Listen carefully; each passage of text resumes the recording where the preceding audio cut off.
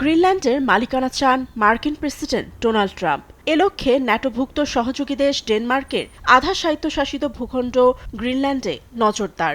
কিনতে না পারলে বল প্রয়োগ করে দখলের হুমকি ট্রাম্পের। শুক্রবার ট্রাম্প বলেন, রাশিয়া ও চীন যেন গ্রিনল্যান্ড দখলে নিতে না পারে সেজন্য যুক্তরাষ্ট্রের মালিকানা নেওয়া প্রয়োজন। মালিকানা পেলে গ্রিনল্যান্ডের সুরক্ষা নিশ্চিত করবেন তিনি। আমি গ্রিনল্যান্ডের জন্য অর্থের কথা বলছি না। আমরা গ্রিনল্যান্ড নিয়ে পদক্ষেপ নেব, তারা পছন্দ করুক বা না করুক। কারণ আমরা যদি তা না করি তাহলে রাশিয়া বা চীন গ্রিনল্যান্ড দখল করবে। আমি একটি চুক্তি করতে চাই। যদি সহজ উপায়ে না করি তাহলে কঠিন উপায়ে করব। একমাত্র আরএফএল ক্লাস পাইপ নিশ্চিত করে প্রতি ইঞ্চিতে সঠিক থিকনেস ও সঠিক মাপ। পাইপের বস, না কিনলে লস। ট্রাম্পের দাবি, অঞ্চলটি ঘিরে রুশ ও চীনা জাহাজ অবস্থান করছে, তাই আগেভাগেই যে কোনো মূল্যে দ্বীপটি নিজেদের করে নিতে চান তিনি। যদিও ডেনমার্কের হুঁশিয়ারি, যুক্তরাষ্ট্র গ্রিনল্যান্ডের সামরিক অভিযান চালালে ন্যাটো বিলুপ্ত হবে।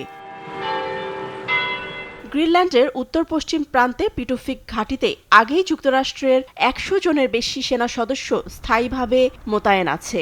ডেনমার্কের সঙ্গে চুক্তির আওতায় গ্রিনল্যান্ডে ইচ্ছেমতো সেনা মোতায়েনের ক্ষমতা আছে যুক্তরাষ্ট্রের। এদিকে ট্রাম্পের এমন হুমকিতে ডেনমার্কের পাশে দাঁড়িয়েছে কানাডা সহ পোল্যান্ড ও ইতালি। সেই সঙ্গে ন্যাটোর ভবিষ্যৎ নিয়ে উদ্বেগ জানিয়েছে পোল্যান্ড। তবে ইতালির প্রধানমন্ত্রী জর্জিয়া মেলোনি বিশ্বাস করেন, গ্রিনল্যান্ডে হামলা করবে না যুক্তরাষ্ট্র।